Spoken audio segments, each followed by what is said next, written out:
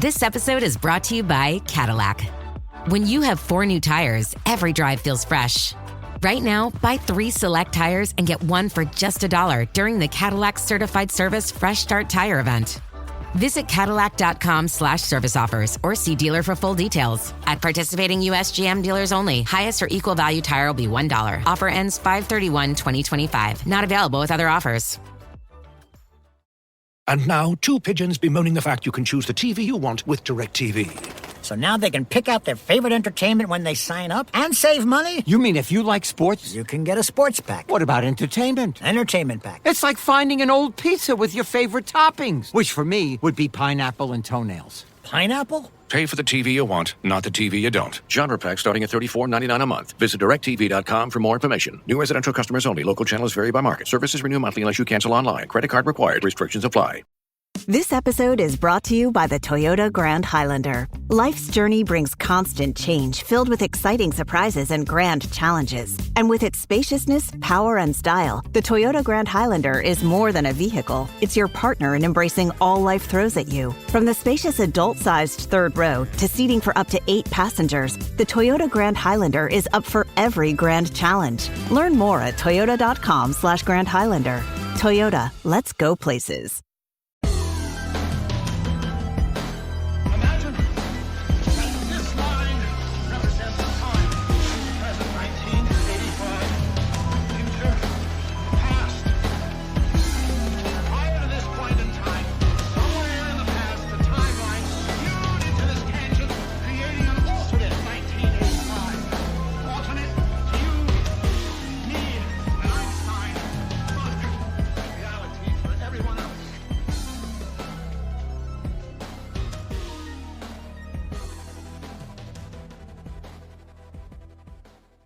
Yeah.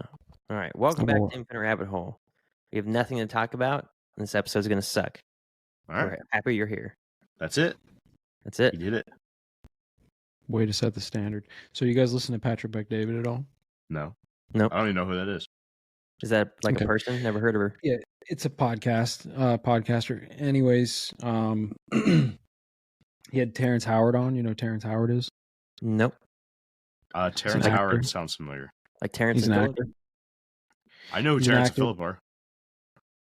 Terrence Howard. Yeah, Terrence Howard. He's an actor. He also is like a fucking genius, apparently, too. Right? Oh. And he... that guy. Yeah. From the Patrick Marvel Bet-David. movies. So that guy, right, not only is he, in the Marvel movies, yeah. He's into like space and shit. this guy's a fucking genius. Mm-hmm. This guy is all into like electro universe, plasma shit, like frequency resonance, like he's deep, like PhD level deep. Okay. Doesn't have a PhD, but is like on that level where he, I've seen him on a couple of different podcasts now. He went on Joe Rogan. He's done a couple of these where he's like going deep down the rabbit hole talking about I've seen him stuff. talking about general relativity and special relativity. Right. And, talks beyond what you or I or any of us could talk about. Like he's on another, he's on that level of understanding on the math and all that shit. You calling me stupid? No, but like, let's be real, right? Like neither one of us could do the math. This guy's done the math, right? I can do math. Go ahead, do it. No, I need a 1 pen. + 1 = 3 sometimes. Do it right now. Do the math. I'm gonna drink water. There you go. So, but it's interesting to me because like the things that he's talking about are actually like electro universe shit, right? Electric universe shit. And it's interesting that it's reaching like these mainstream level channels now, because it was something that even in the fringe like conspiracy world that I exist in, right? Even in that world, electric universe shit was like fringe. Okay. And now you got this guy who's a fucking actor in these movies. Everybody recognizes his face, Right. but he's actually bringing out this information, this call it new physics, if you will, or corrected physics, right? Gravity's not the force, it's a like an effect of another force, of an electric force type of physics. But that's super interesting. I don't know if you guys want to talk about that at all, or if that's boring to you. But I mean, I don't understand it. Definitely not boring. I just don't have a leg to stand on when it comes to that, because I haven't done any of the research on Electric Universe. That book's over here. Which books you got? I have Thorn. Is it a Thorn? Thornhill and Talbot. Thornhill, Tolbert. Yeah. Yep. It's a big book, so it's for That's smart the people. one. It's got pictures in it. They have that on audiobook. I highly doubt that you would want to listen to this one on audiobook. How do you know? Maybe I'm super intrigued. Maybe, but no. But you could find a YouTube channel that has a lot of that information broken down into some pretty good animated videos. Thunderbolts Project. If you go to Thunderbolts Project, they got. I'm sure you could find some pretty good videos on this. I'm pretty sure the Thunderbolt Project YouTube channel is one of those two guys, if I'm not mistaken. Project Thunderbolts. No, I don't have much on that. I really don't. I've always been intrigued by the electric universe theory, or hypothesis. It's not necessarily even a theory yet. I think it's, and again, I don't know a lot of the ins and outs of it, but just off the surface, I know that the general argument behind it is that electricity has a lot more to play in the general build of the world that we live in, or the realm that we live in, right? And that everything in our understanding of physics works around concept based off of electricity. Other than that, I don't really know too much about it yet. I bought this book back in the very first year of the Infinite Rabbit Hole, back when we formed the Void Podcast Network with CJ and Phil, and the first topic we were supposed to cover was the electric universe. So I bought the book. Never read the book because we never planned it. So yeah, it's just been sitting here doing nothing. So eventually I will do that. So I don't really have a leg to stand on when, I can't talk about it, man. I mean, we could talk about general relativity and special relativity and how that applies to light, but I can't really tell you anything about electric universe.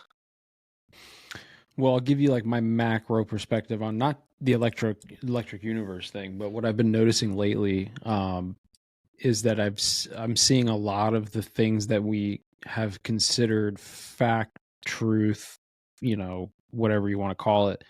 Those things are starting to shift, right? So chemtrails. Well, okay, that's a good example, right? I don't even want to get into that right now. We talk about that later, but because I don't want to lose my train of thought here. But like what I was saying, where like Terrence Howard, and I don't know if everything Terrence Howard is saying is correct for the people who do know what he's talking about, who have listened to these shows. But what I do think is fascinating is that these ideas are like reaching mainstream platforms. Joe Rogan, Patrick Bet-David, like these super big shows. So there's millions and millions of people who are now being presented with a question of, is gravity not what we're told, right? And, I'm always the one on this show that's like speaking hyperbolically, saying, hey, gravity's fake and gay, right? But we all know that I'm just kind of joking around and just, kind of playing a character, right? But I do honestly believe that idea that gravity is not this main or major force that is creating or has created the universe. Like, it's an effect of another force. It's like a draft through the ether. The gravitational effects are just effects of another force that we just don't quite understand. And it's some plasmitic electric force. Again, that's not the point. The point is the information, the question is now being presented to the masses. Is gravity what they're telling us? Is dark matter what they're telling us? Is the universe as a whole, is our reality as they've been telling us. And I've noticed this shift also happening in things like, in like the financial market stuff, right? Being into crypto and all this kind of thing, you see what's happening on a macro scale. They're starting to shift into cryptos, and they're starting to leverage Bitcoin on a nation state level and these types of things. So they're shifting the whole old financial system into this new system. They're talking about shifting old physics systems and science systems into these new systems, right? With resonance and all this other shit. It's just interesting to me that we've always talked about is a new age coming. All of the stuff is going to shift, and I'm like watching it in real time, and all these like macro situations, like the new thing is starting to creep in all of these sectors, right? And it's just crazy. Anyways, I just wanted to rant about It's one that. big lie. It's a big distraction, and it's easy to distract people.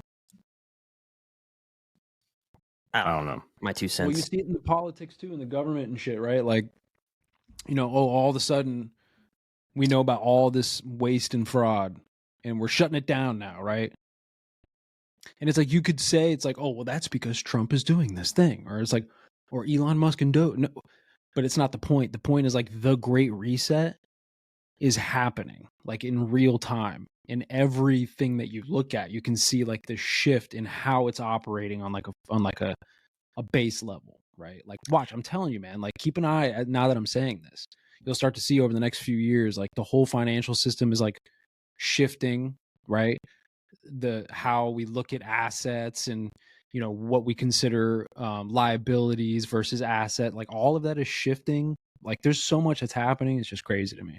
Great Reset not just that, but like from say the Christian worldview, there's a massive revival going on right now. It's quite attuned to the great revival that happened in the 60s, the spiritual awakening, people turning to Christ. I mean, it's like Iran is quickly becoming one of the biggest Christian nations in like, percent of the population type stuff, in a place where they'll burn you alive in a cage for being a Christian type stuff. But still, all over the United States, people are like, small time churches are baptizing thousands of people in a Sunday service type stuff, right? And so it's like, yeah, I mean, I guess if you want to look at it from like a larger scale than just like politically, there definitely seems to be sort of like, you could call it an awakening happening.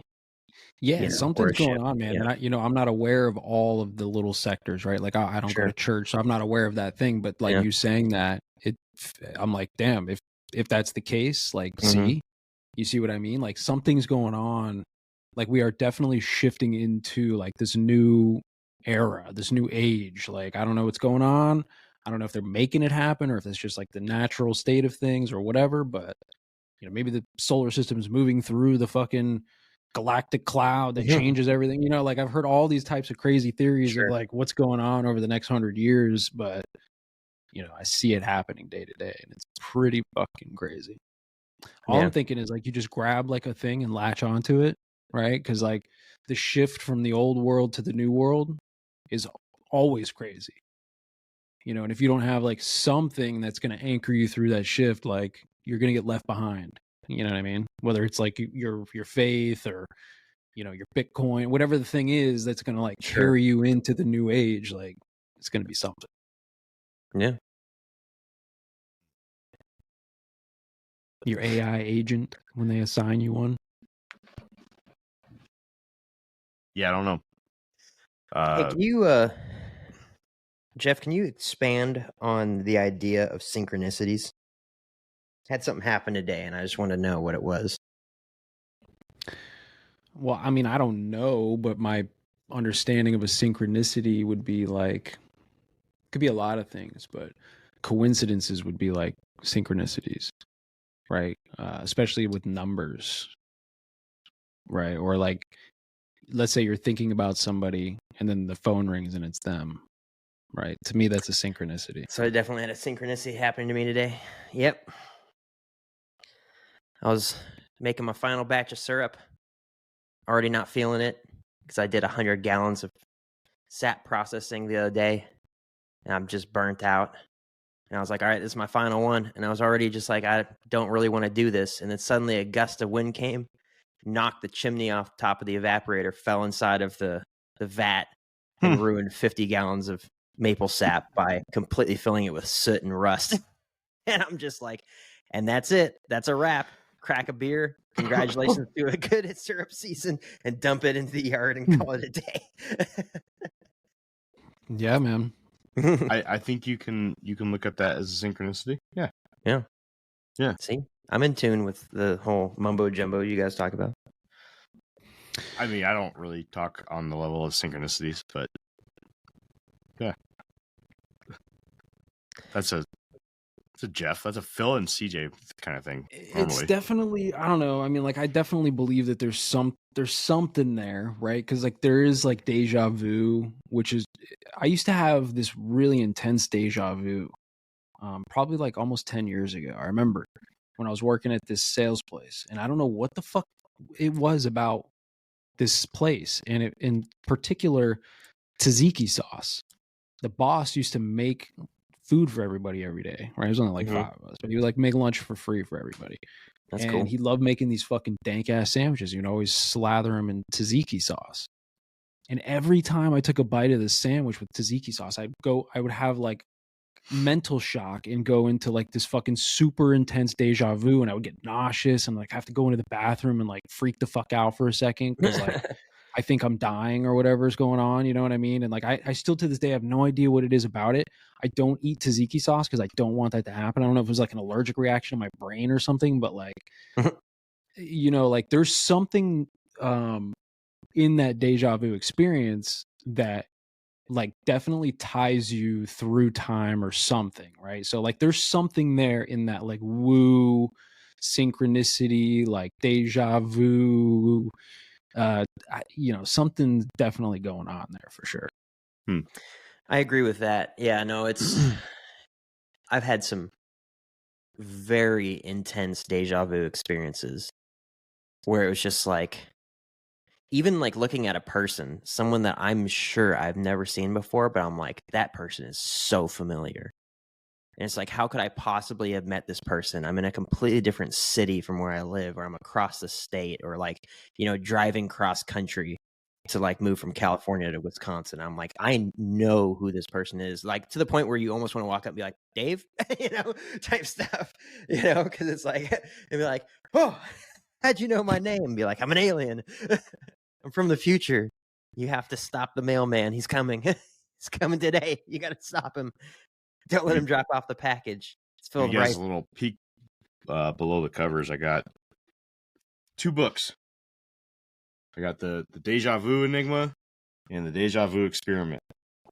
There's some deja vu coming. I thought you were done with them things, and we're just doing interviews. What's up? Or is it going to be on the other thing? It's going to be on the other show. Okay. It's an interesting phenomenon that no one can figure out. Yeah, that's, you know, I think that's the case. I mean, I think there's just certain things that, you know, I've always said that I think when you have these altered states of consciousness, and deja vu, in my opinion, is just another altered state of consciousness, just no different than a near-death experience or a psychedelic experience, whatever. When you're in those, or a flow state, when you're in that, you know, there's something that's happening. There's like a veil that's lifted or a filter that's being removed. And that's how you're getting information. That's how, you know, like weird, spooky shit happens in altered states of consciousness, right? So there's definitely something to that. It's real.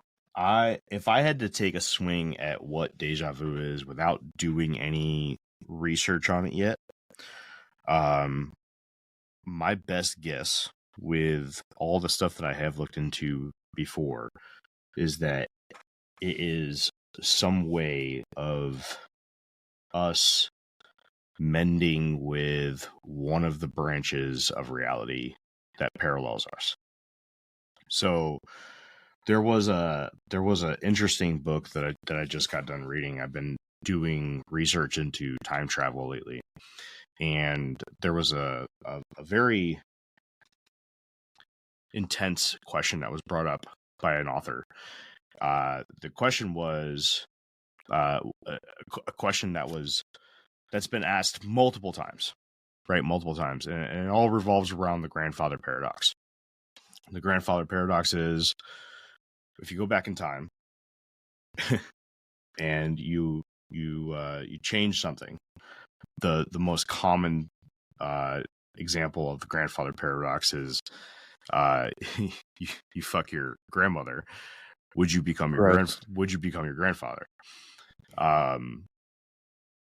But in the most basic of senses, is if you adjust something in the past, does it change the future? So if Marty had actually let Lorraine get onto him. Yes. and that's what the nod is in Back to the Future, right? It's a nod to the grandfather paradox. So the answer, with the best that we can think, right, with all the highest of the high CERN scientists, I know you guys love that, right, Jeff? With the evidence that we have, because we do believe that there are multiple universes now. This is something that's been really pushing forward lately, especially with the introduction of things like the Willow chip and some other things. This episode is brought to you by Netflix. 3 couples, 4 vacations, a lot to unpack. Watch The 4 Seasons, a new series starring comedy favorites Tina Fey, Steve Carell, Will Forte, Coleman Domingo, and more in a hilarious and heartfelt love letter to long-term relationships. Based on the original Alan Alda film. Watch The 4 Seasons, May 1st, only on Netflix.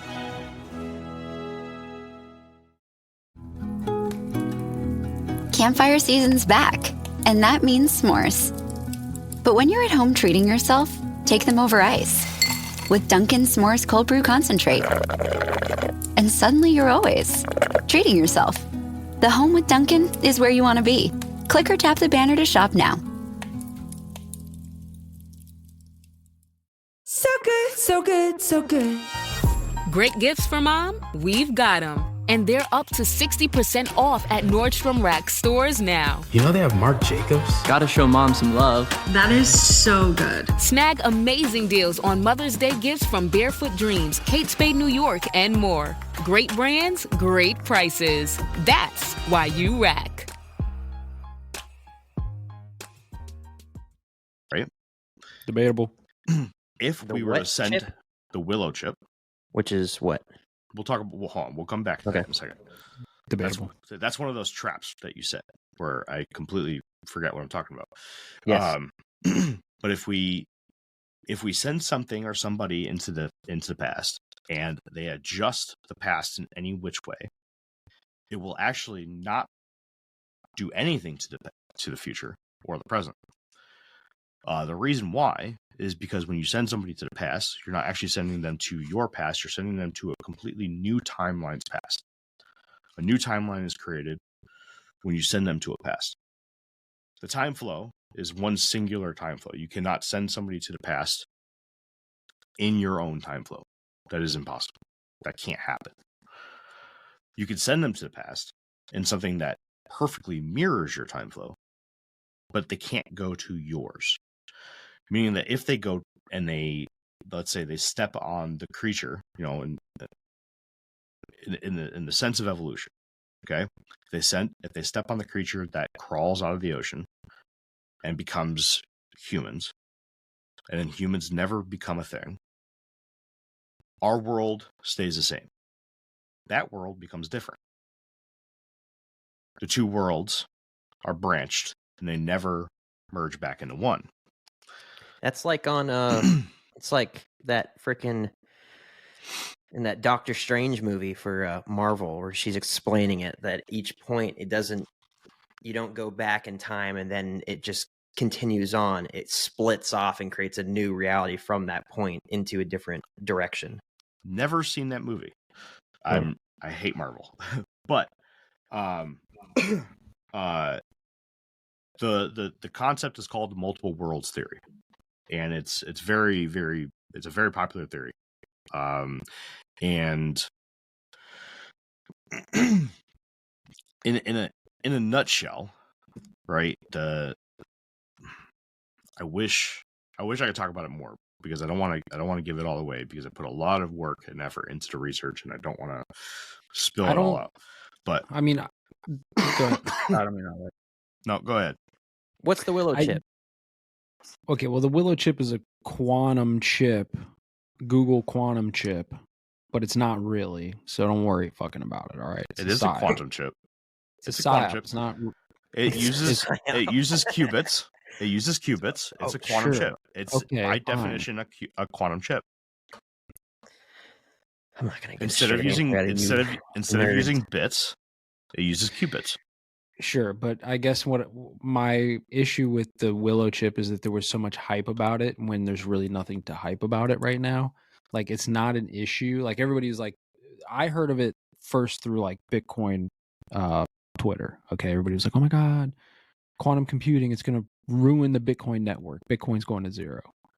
And then people immediately had to like come out and fucking step their foot down and be like, listen, this is not going to happen. Like, first of all, the technology is nowhere even near close to being like usable, like really usable. Okay. And then even if it was usable, Google would never ever release a quantum chip to the public or to anybody, because it would ruin everything. It would ruin all encryption. The stock market would collapse. You know, the fucking world's grids would all shut down, because all encryption would be completely fucked, you know. So they're already working on like counter quantum tactics and stuff like this, but you know, it's a 50-year away problem. They're looking at it in the most layman of sense. They're looking at it as thinking that a quantum chip is the same thing as a computer chip. It's not. Okay, it's like saying that you're going to take your car and use it on the ocean.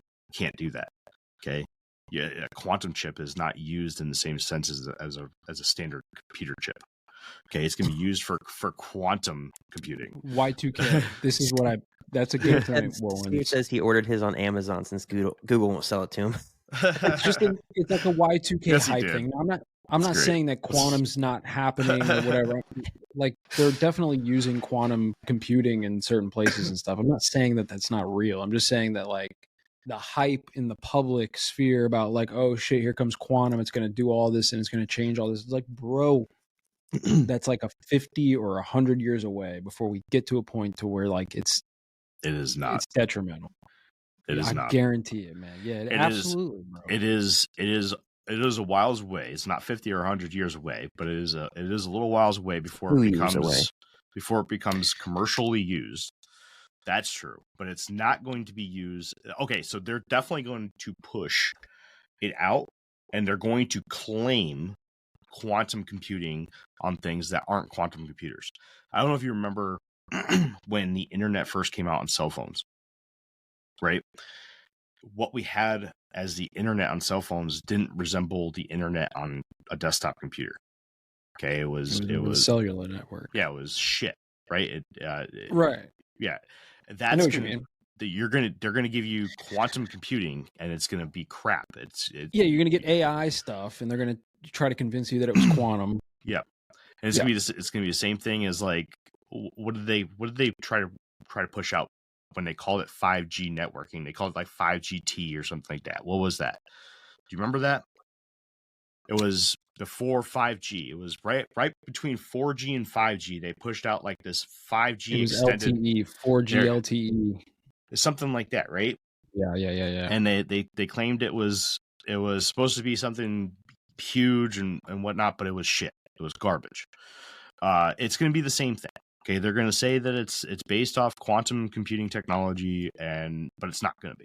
Okay, it's not. It's still going to use bits, and people are going to fucking pay a shit ton of money for it because they're going to use key terms like quantum computing, but nobody's going to understand the difference between a bit and a qubit, and they're going to pay a shit ton of fucking money for nothing.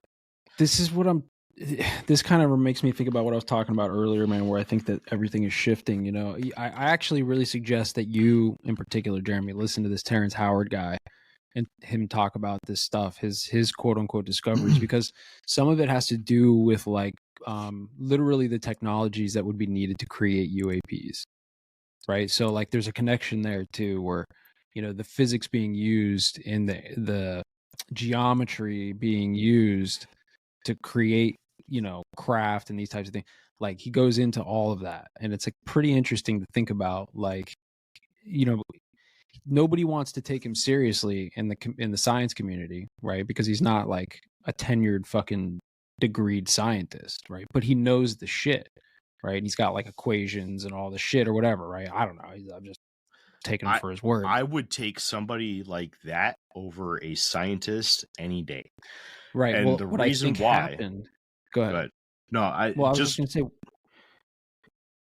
what I think happened is that he, on his own, figured out whatever the thing is that the deep state or whatever had figured out that gives them access to like free energy or whatever the energy source is for the UAPs, along with the geometry to be able to create like synthetic metals to create these craft that are multi, or what do you call it, where they can go through water and air and whatever, like all domain vehicles. Right. These higher sciences that would be needed to create these UFOs, right?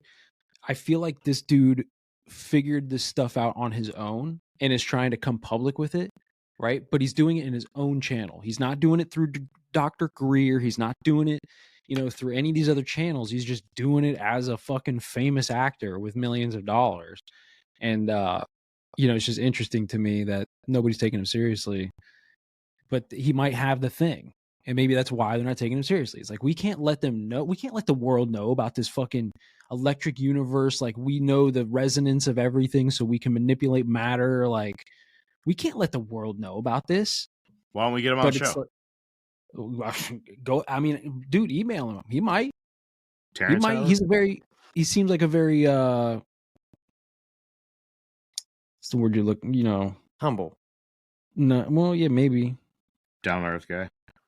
Nice guy. Cool guy. I'm trying to think of the word. Like, just out there. Like if you put your hand up for a high five, he'd return it. Fuck yeah. Hell yeah, he would. Yeah. Yeah, he would. No, what I was saying was I would rather have a conversation about this stuff with a guy like that than a scientist any day. And not to because I've had a lot of conversations with scientists, people who have gone to school for this shit.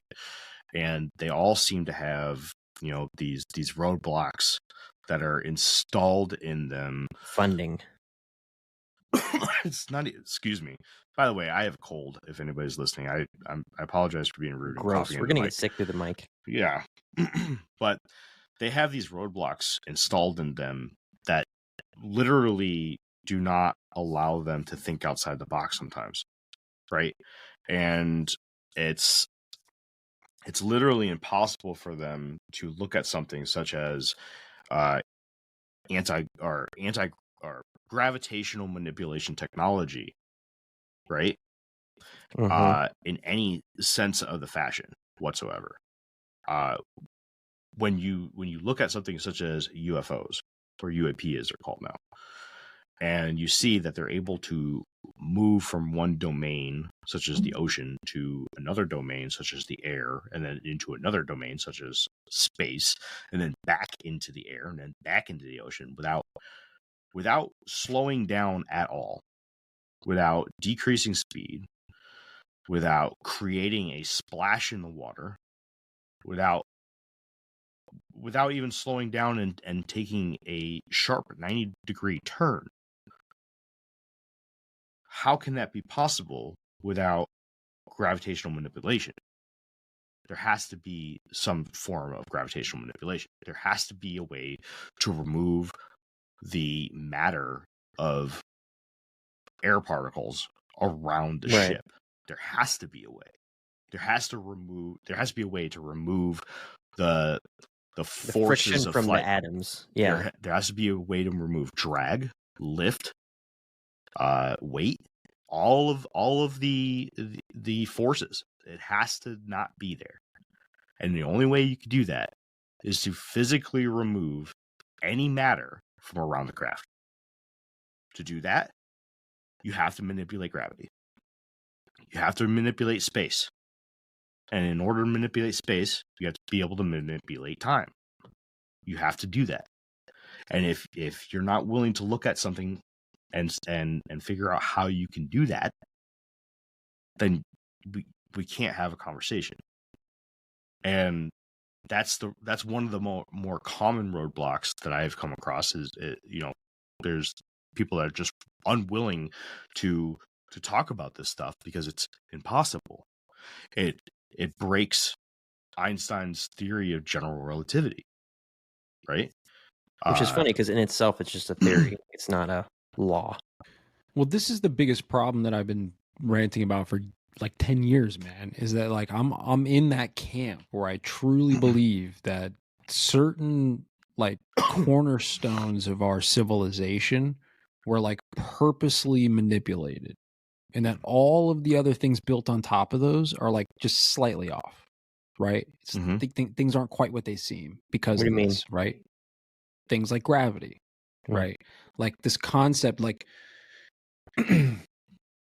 every single person listening to this right now, when you say the universe or space or galaxy or solar system or planets or moons, if I say any of those words, every single person here has an image in their mind of this vast, space. We all know what I'm talking about because we all have a vision in our head of what this looks like. Okay. And all of that is all leaning on the idea of gravity. Gravity, because of the theories of gravity, okay, and the math that they've literally tweaked to make work. That's what dark matter is. Dark matter is just an equation that they stuck in there because shit wasn't working out. They could never figure out why they couldn't. How did the universe get created? How does all of this work? We don't know. Can't figure it out. Well, if we make up this equation and we stick it in here as a placeholder, dark matter, dark energy, it'll fix all of this stuff. And with that, they've created this image that we all have in our mind of what space is, this realm that we live in and how it all functions. And we're orbiting and spinning and expanding and it's infinite and blah, blah, blah, blah, blah. All of that is just based off of this fuckery. Literally, I'm not kidding. So this is what I mean when I say space is fake, right? Like, is there stuff out there? Of course, there's like things going on, right? But the way that they're measuring things, the way that they're doing math, the way that they're assuming certain things is all fudged. And I think it was fudged on purpose, but that's a whole other. See, I disagree to a point. Could there have been purposeful fudgery? Yes, absolutely, 100%. I don't believe that there's anything wrong with the way that they're doing it. I think that there's a lot of people out there that are truthfully, attempting to put the pieces together and that they're doing it correctly. Especially, when you think of the concept that people have to build off of other people's building blocks, like Newton, right? Newton was a cornerstone piece for a lot of the physics that we have now. When he passed away, nobody went back and restarted a lot of the stuff that he, founded, right? Maybe they went back a little bit and retested some of his concepts. But for the most part, he built a solid base for a lot of the physics. A lot of that became a new base. And then from that, people built on top of that. Now, if any of his physics was wrong, whether it be, minuscule or not, that means that anything built off of that was wrong too. And it'd be very, very hard to recorrect it because the base would be incorrect.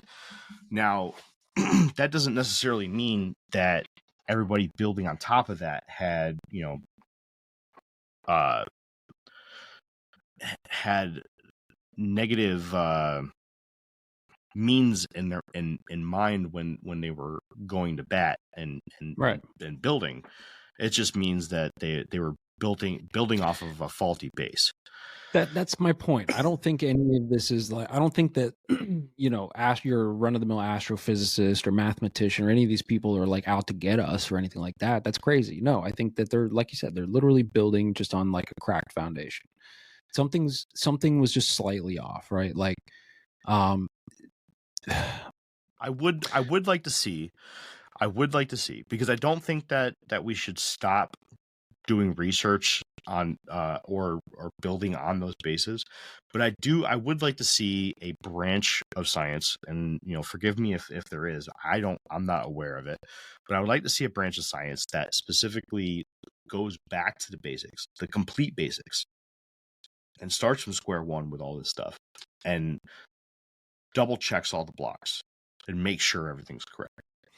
Well, and that's the kind of the thing, is that you have this status quo, right? And today in academia, you have this like this ladder that you climb, and you have this information that you memorize and regurgitate, right? And if you challenge the status quo at certain points through this progression, you don't make it any further, right? So now, it's not like completely choked off. Of course, there's people doing experiments, they're learning new shit all the time, right? They're asking questions, but there's some certain questions you don't ask, right? Like if you go in there and you're like, hey man, I think that gravity might actually be an effect of another force, right? I don't think gravity is what we think it is. And then, you have hundreds of billions of dollars of institutions that are all backed by this this idea that we've created over the last like 100 years, less than 100 years, really, but call it 100 years. I don't know. It's just, to me, there's some shit that's off, and it's not just gravity. Like, there's a number of things that you could go down the list. I think things like with health, like for instance, fluoride in the water. For the longest time, they're like, yo, it's for your teeth. Well, now they're saying it's actually poison. I don't know if you guys saw that. Right yeah. now, Oh yeah. Now that everything, like I said earlier, is flipping around and like everything is shifting, like all of a sudden fluoride is bad for you in the water. So I can't wait to see what the fucking lawsuits look like for that. But like chemtrails, I just saw a thing the other day. Florida bans weather modification and chemtrails. Oops, thought that one wasn't. And it's just like, a lot of things are just a little fucked from the beginning. And I think that the Rockefeller situation, their education system that they set up to create factory workers that like led us through the world wars and that whole like industrial revolution, the liberal Hilton brings you new ways to stay with experiences that let you capture the glory days. Introducing the Graduate Hotels. Each inspired by local college towns, these stays are always original and never boring. Get in touch with traditions all across the country and enjoy a stay that's a class above the rest. Book at Graduate Hotels with Hilton Honors Points at Hilton.com. It's a win-win. Hilton, for the stay. Is anyone out there? Another salesperson enduring the endless search. Exhausting. If you want to get right to the right conversations, you need LinkedIn Sales Navigator. Whether you're looking for new leads or strengthening existing relationships at your top accounts, get right to the right conversations with LinkedIn Sales Navigator. Try LinkedIn Sales Navigator now with a free 60-day trial at linkedin.com/trial. That's linkedin.com/trial. Terms and conditions apply! This episode is brought to you by Walmart. New beauty is in bloom at Walmart, and it's all about springtime radiance. From Drybar, Tula Skincare, and hundreds more available online, Walmart has the premium brands you want and this season's on-trend products for flawless, glossy hair and hydrated skin. Big name beauty brands? Check. The things you love? Check. Find trending spring beauty and all you need to look and feel gorgeous at Walmart, on app and online. Economic order, like that whole thing that lasted for 100, 150 years, like that's coming to an end. The new thing is coming now, but like we're going to get these new physics, we're going to get these new sciences, we're going to start getting AI and AI agents, we're going to start getting blockchain technology, we're going to start getting all these little things that are going to completely change the world, and it's going to happen super fucking fast, man. It's going to be awesome. I had something. What was I going to say? Damn it. Well, in the meantime, Whitney said would you all be willing to accept the fact that we'll never know the truth until we get to heaven?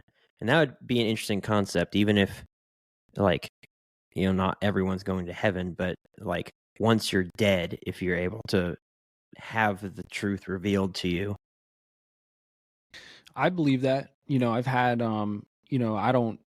I think that would go into like that whole flow state thing that you were talking about, or like the whole was it the Akashic records or whatever, tapping into the my God first information or whatever. DMT trip was that. My first DMT trip was literally existing in the void for all of time, for all of existence. I was there from before time started, and I was there through all of time, and then it ended, and I was still there, and it was the craziest experience of my entire life. But like, to me, that's what you're talking about. When you get there, when you get to Valhalla or to heaven or to whatever the place is, there is like an absolute knowing of sorts.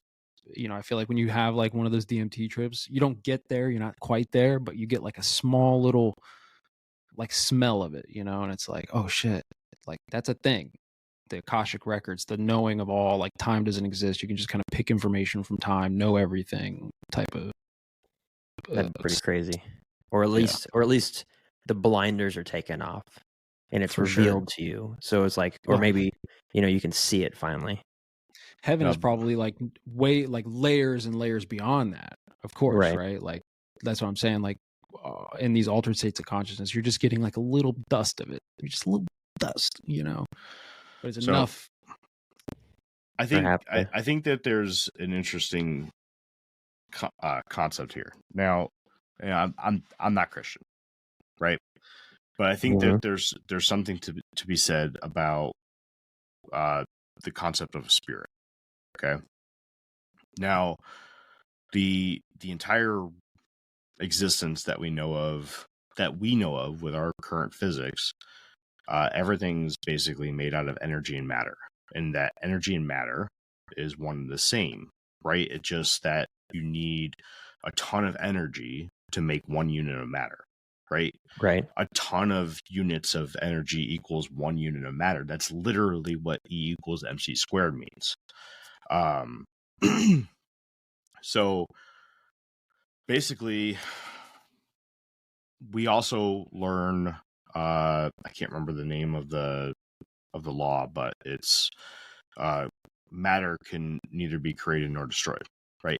Same concept with energy. But there's also conservation of energy and mass, right? There's a little bit on the back end of that a lot of people forget to mention. There's actually a second part to that. Matter can neither be created nor destroyed. It can only change form, right? Right. Matter can be changed from matter to energy, and over time, massive amounts of time, energy could be changed to matter. Think of it like this. You set a log on fire, right? The mass of that log shrinks up incredibly. The mass didn't just disappear, it just became energy. It created energy, and now it's out into the universe. Okay, it's still there. It's just minuscule. You can't see it. It now exists as particles, even smaller than that. It's what we consider energy. Now, consciousness would be considered an energy because everything is either matter or energy.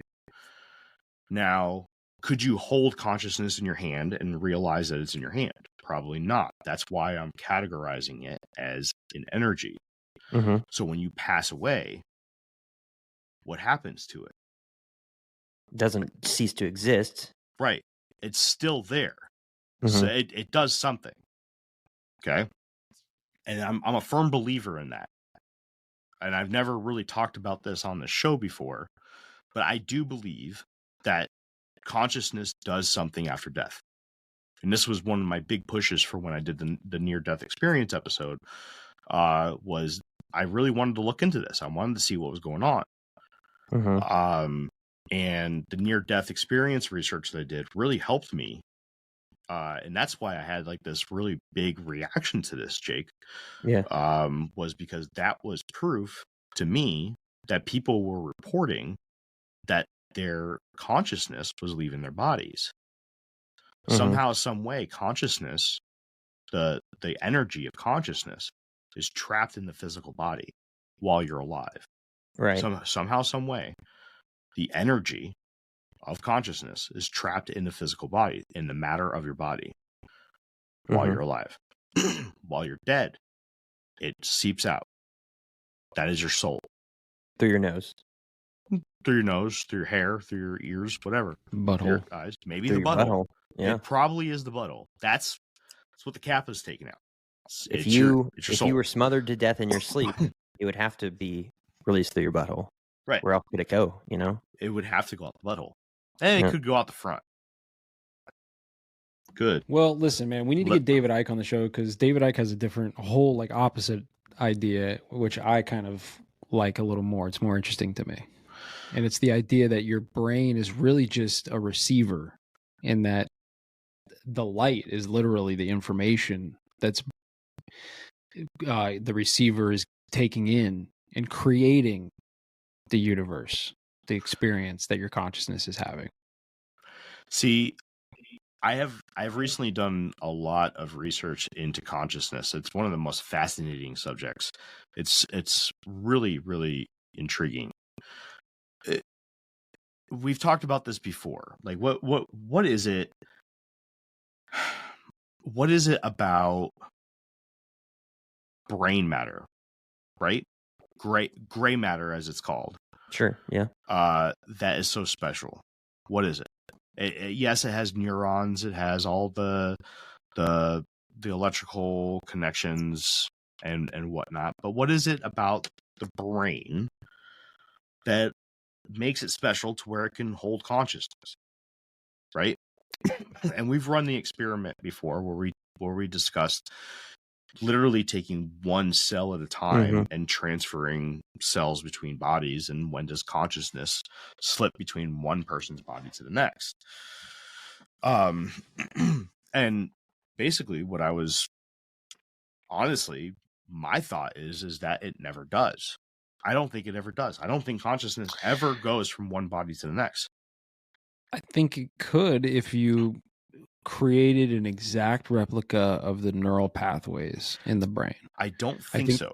I think so. You could, because if it was an exact replica. If you do it one cell at a time, I don't think it does, because you'll never ever be able to open the cage that is the brain. I think that there's something about the material that the brain is made out of that is specifically used to hold consciousness. Yeah, you could be right, but like if they find a way in the future to like lab grow a brain with the exact biology of your brain, okay, and they're somehow able to map your neural pathways exactly and like replicate that in not one cell at a time, like slowly, but like quickly. Like if they're able to, I don't know, like 3D print your exact brain to the biology, you know what I mean? I think you could transfer the consciousness. I think you could. See, at what point would the cellular back and forth, what about the idea that there's only, at what point do you remove that one cell and that guy dies? I don't think he right. does. And your cells are constantly dying and regenerating constantly all the time, millions and billions of cells a second, right? Sure. So like that's It's actually why bad. Like it's bad when it doesn't happen. That's what cancer is. Right. And that's why I feel like that thought experiment's a little bit fucked for me, right? Like it's hard for me to kind of wrap my mind around. That doesn't really work, right? Well, I wonder where in your brain your consciousness is stored, because Whitney had a guy that she cared for when she was a CNA that tried to play Russian roulette and blew part of his brain out.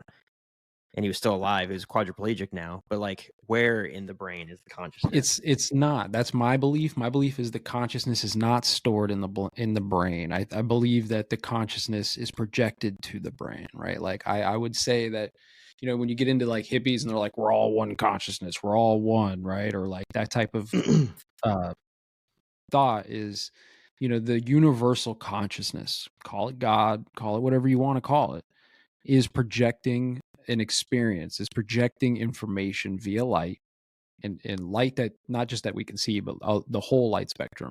It's being projected out, and we are the receivers. That's the thing that is important about us, is that we were created to literally receive the information. You talking about sort of like a hive mind kind of concept? Not necessarily, because every receiver is slightly different. So we're all experiencing a slightly different experience. But we're all experiencing it for one thing. We're all experiencing it through one consciousness. Wouldn't that then negate the idea of free will if we were all differently experiencing the same thing? Because then you could say that, oh, well, it's not that he chose to go and shoot all those people inside that church. It's just because he was receiving a different experience. It's not that like cut and dry. Like you can't pass off your own actions onto like this universal consciousness. It's not how it works. Like free will is still in full effect, right? Like sure, you have a meat body that you're in full control of, right? Your subconscious mind is able to function, your motor skills and shit where, you know what I mean? It's like, it's not quite this. But what I'm getting at is like, if that was the case, then the whole thinking and understanding and reasoning process, because I'm not certain that my dog more so thinks and reasons versus he reacts. So it's not like he's, based off of instinct. I like chewing on wood. The furniture is made of wood. I'm going to chew on it. And then he reacts to a disciplinary action or a, Doug, no, right? Then there's a reaction. I'm not certain that there's a thinking and a processing. So by that logic, the thinking and the processing would all be being given to us. So someone could say, well, I wasn't controlling me. Something else was controlling me. No, I think you're conflating the mind and consciousness. Like you're mixing the two as if they're one. I personally believe that the mind and that your consciousness are two separate things, right? Like the mind is the thing that does what you're talking about, makes the decisions in real time in this reality, right? Like controls the meat body, keeps the heart beating, causes you to breathe, so on. It makes your cells regenerate. Like that's the mind doing those things. The consciousness is being projected for us to experience the thing. Your dog doesn't have like conscious awareness, right? It's not conscious in the way that you and I are. It's conscious to a certain extent. Sure, it's afraid, like these types of things, but it's all instinctual, like animal behavior. The thing that separates us is that we have the receiver capable of receiving the information of consciousness. That's my belief. And again, you can change the word. All you have to do is tweak the words, in my opinion. This is why I don't think you and I disagree on most things, right? Like, I'm not making this face because I'm like, this guy's full no, I know crap. You're not. I'm just trying to bridge the gap, right? For anybody who might be listening to this thinking like, oh, I don't know. But it's like, listen, you can just replace universal consciousness with the word God, right? And you can kind of make that work, in my mind at least. It's the same thing. Definitely different. I have a question. They've been talking about this for years. I have a question before I forget. When it comes to quantum computing, so I'm going to try to Barney this thing down for myself. I'm just a dumb knuckle dragger after all. So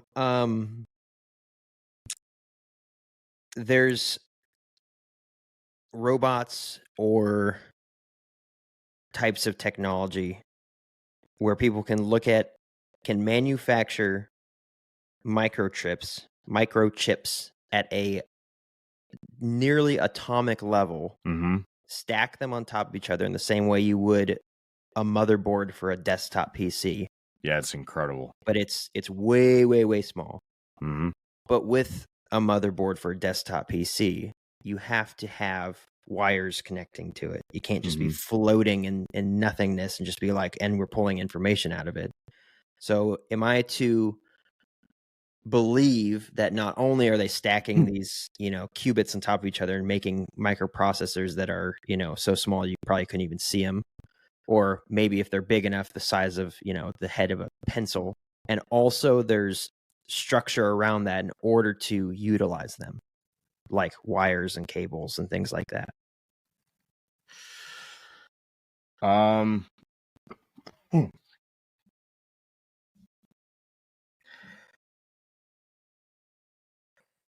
Ask that again. Are you talking about for the quantum chip? Yeah. What's the point of having a chip that small if you don't have any cables to connect it to anything or to plug it into a screen? It's not that the chip is small. It's that the chip is computing in a totally different way. So the main difference between a qubit and a bit is that a bit can only work in a binary fashion. It could be 1 or 0, right? So think of like gates, a gate system, right? So an AND gate it has to be 2 1s and then the signal can go through, right? Mm-hmm. An OR gate is a 1 or 0 and then it can go through. Mm-hmm. In a qubit, the qubit sits in a state of what's called superposition, meaning that it sits in every possible position at all times, meaning that it sits as a 1, a 0, neither 1 or 0, and a 1 or 0 at all times until it's needed.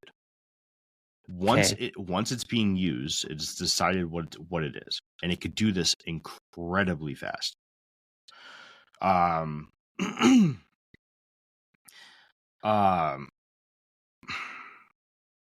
Basically, superposition in a nutshell, when you take the definition away from qubit, is the Schrodinger's cat.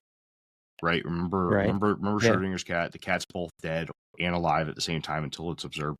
Yep. That's the same thing with a qubit.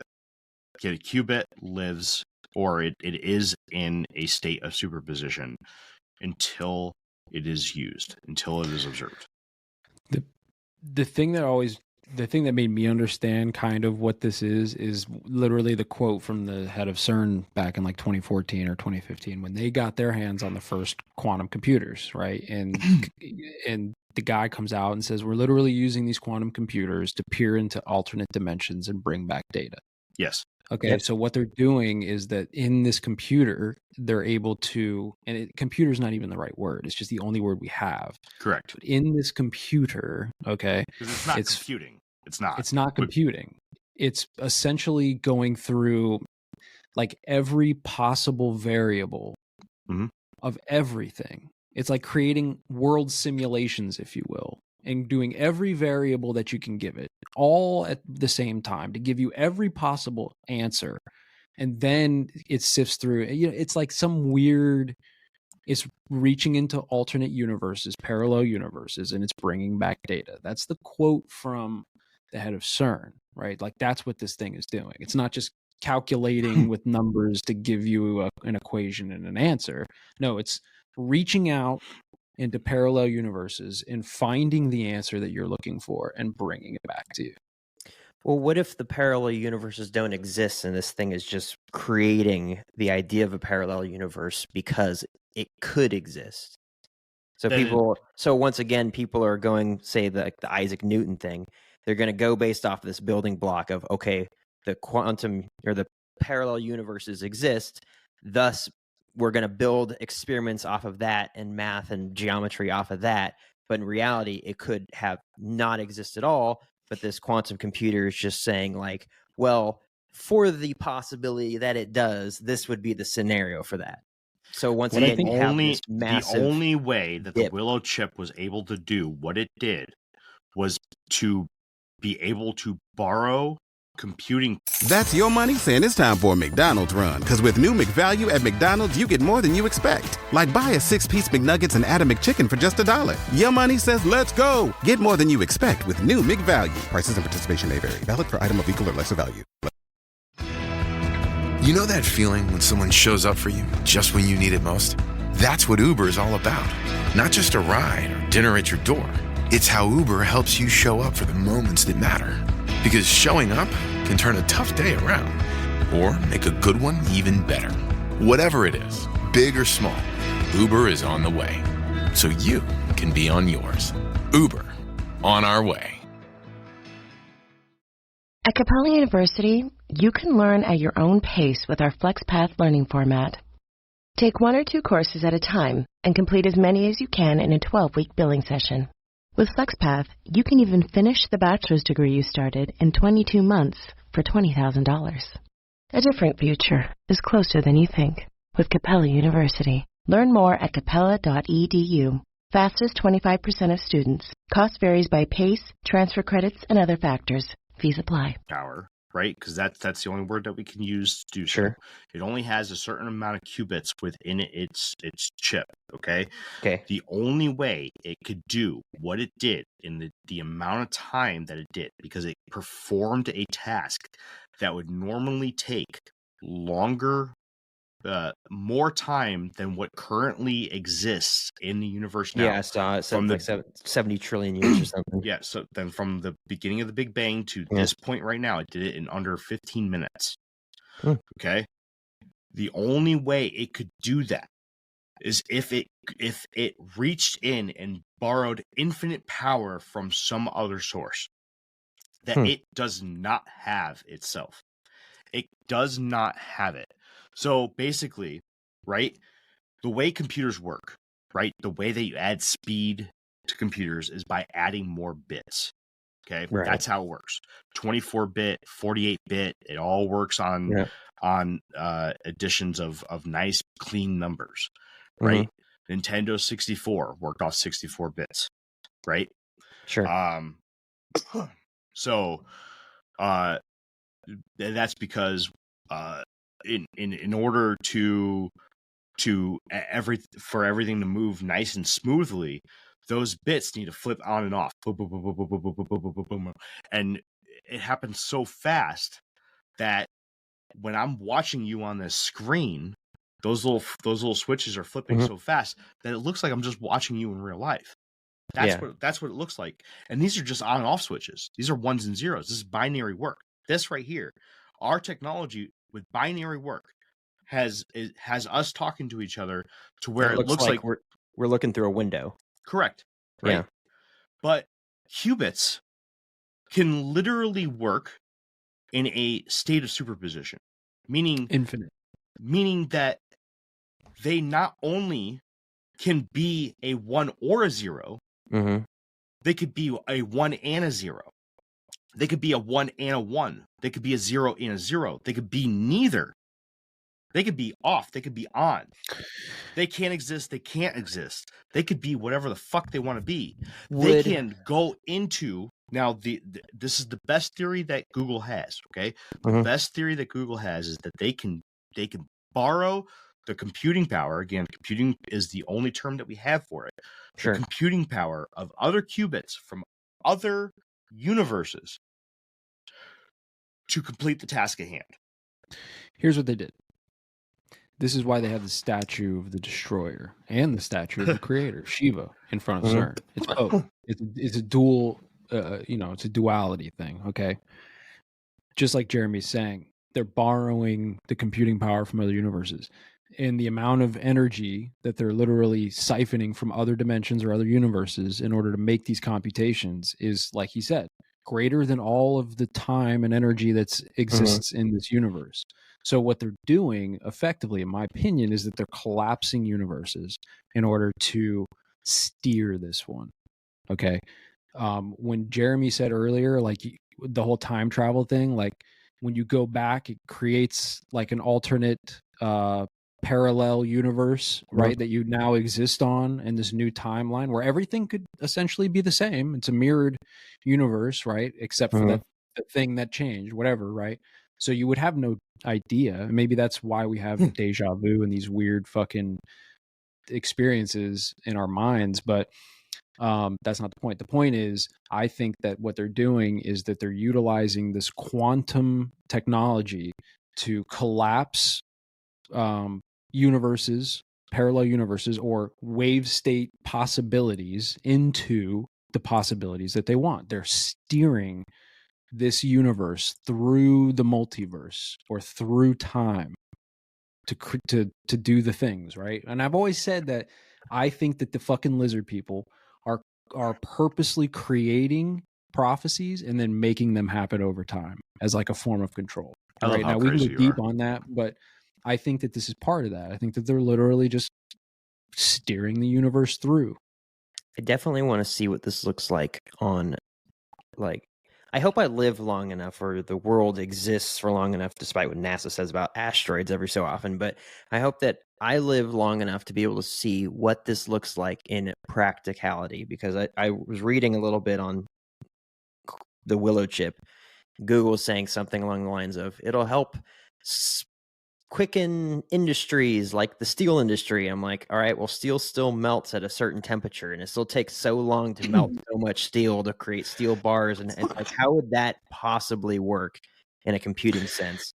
But I mean, I'm not what it'll do is it'll right? probably it'll peer out and it'll figure out information on how we can use the same elements that we make steel, right? And it'll tell us like, hey, here's how you can actually make it a trillion times stronger. Yeah, here, instead of making like so that jet fuel won't melt it. Yeah, right. Instead of making like steel sheets or steel beams or steel whatever, steel cables, why don't you make like a super tiny microscopic size, like nano size steel threading, and braid it in a specific geometric pattern, and you'll have indestructible fucking steel. Like that's the type of information you're going to get like as soon as you turn the fucking machine on, like the moment you turn the machine on. And the crazier thing about that is it'll probably give you that information before you even ask it to give you that information, because again, it's doing these like universal size computations. It's just going to know. So it's like basically it'll know that in the grand scheme of things, someone's probably going to ask it this information or ask it this question once, so it's going to have the answer already programmed. Yeah. Gross. Okay, so I'm glad that you guys know stuff, because it's like, you know, I'm sitting here thinking about like when I hear the terms quantum, I'm thinking incredibly small. So it's like, literally when I think of a quantum chip, I'm like, okay, so what? It's like a microchip that's the size of a grain of rice. What's the good of that? Unless you stack it and stack it and stack it until it becomes the size of like the motherboard of my PC, and then you plug it into something, and now it has a quintillion amount of the computing power that my, you know, motherboard has, or whatever, you know, whatever.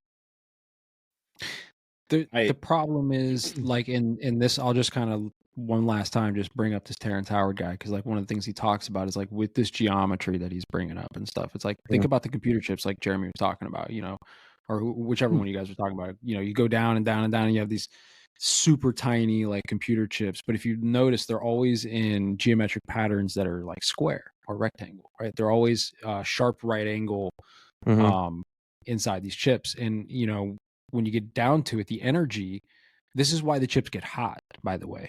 When the energy has to go up and make a right angle and go down and make a right angle and do all these right angles, every time it hits a wall, it's creating more friction and more heat. And that's why they have to put these octagon. chips. It could just, Well, or a spiral of some kind, right? So like using the proper geometry, they can like change how all of these chips work. Right now, we're still using right angle geometry. We're still using linear measurements. We're still using like all of these like I'm going to say like archaic methods of doing science. And like we're still building crazy cool shit with that. It's awesome.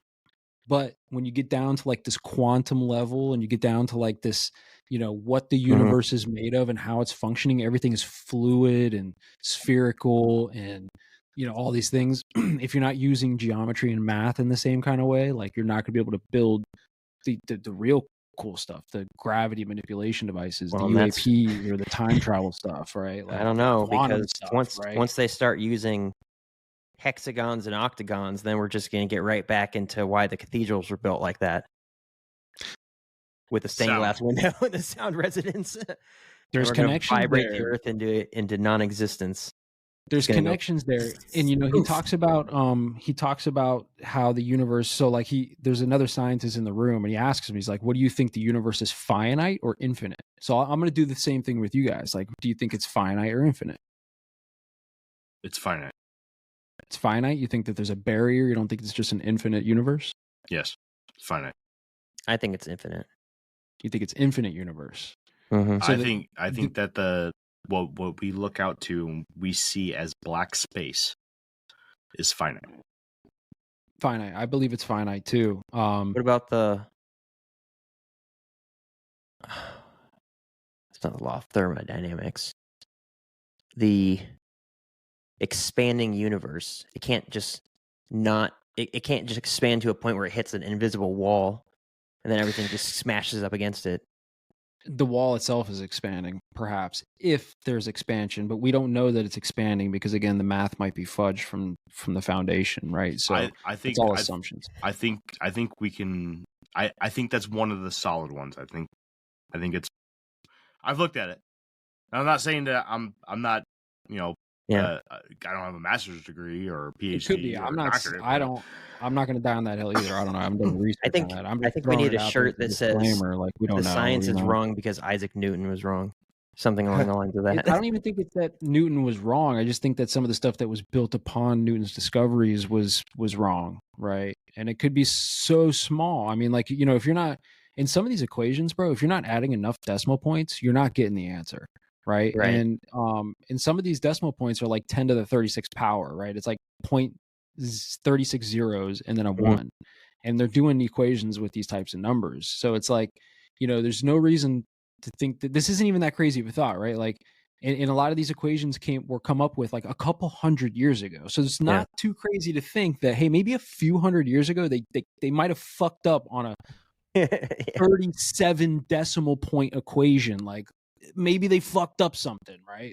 Maybe we should go back and really think about this. What would they even look like in Roman numerals? I don't know, but like the reason I was asking about the finite universe thing is that, like there's wave conjugations, like the energy that ripples through the universe, it creates geometric patterns. And the only way that can happen is if it's bouncing, if the energy wave is going out and then bouncing off of something and coming back, and those waves are intersecting, just like a puddle ripple in the pond. When those ripples hit the wall and come back in and they cross the other ripples, that's where you get like your geometric patterns, right? And that's the thing that's creating matter and creating the universe. So there has to be a barrier that the energy, the information projection that I'm telling you that our consciousnesses are perceiving is bouncing off the outside of this universe and creating the geometry that we're able to like experience this three-dimensional world. This is some super fucking woo shit. I don't know how my mind right now with how woo this is. Yeah, but I have no basis to say that it's finite or infinite. It's just what I think. So I don't know. I put the video in the chat. There's multiple videos of this guy. I'm just gonna say, go watch it. I'll shout that guy out this Rogan. Hour. Yeah. When was he on Rogan? Was it recent? It wasn't too long ago, and I don't even know if that's the best episode to watch, but just look his name up and then he'll start showing up in your algorithms and you'll start getting more shit. You know how it is. Yeah. I'll watch some Terrence Howard tomorrow in the gym. I'll check it out. I just want to tie up some loose ends here real quick. One, I think that when we were talking about people with we were talking about scientists and how I was explaining how I'd rather talk to somebody who's just naturally smart and can critically think on their own and can look at the world and dissect things and can look at a book of information and not necessarily just take that information for face value, but look at it and say, hey, this doesn't make sense, or hey, this does make sense. That's why I'm on the show. But let's verify. I like to look at that and think of the idea of conspiracy theorists in general, because I think that conspiracy theorists play a critical role in the community, and I think some of them play a very negative role, but some of them play a very, very positive role. Some of them are very, very good, and I think that they play a role of what should be referred to as auditors for reality, because nobody's doing that. Nobody's auditing reality, and I think that's a term that should be normalized for some people. Reality needs to be audited. That's a good shirt idea, bro. Audit reality.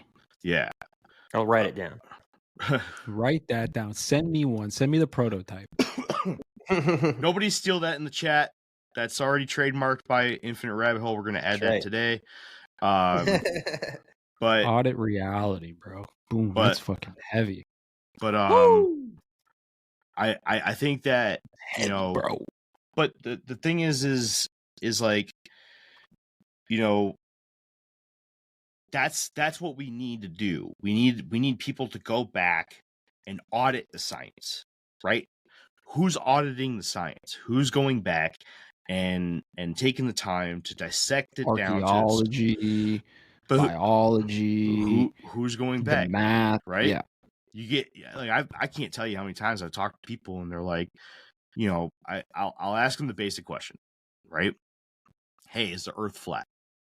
Right? I have my personal opinions about it. Do I know for sure? No, I don't. I've never been to space and looked at the Earth.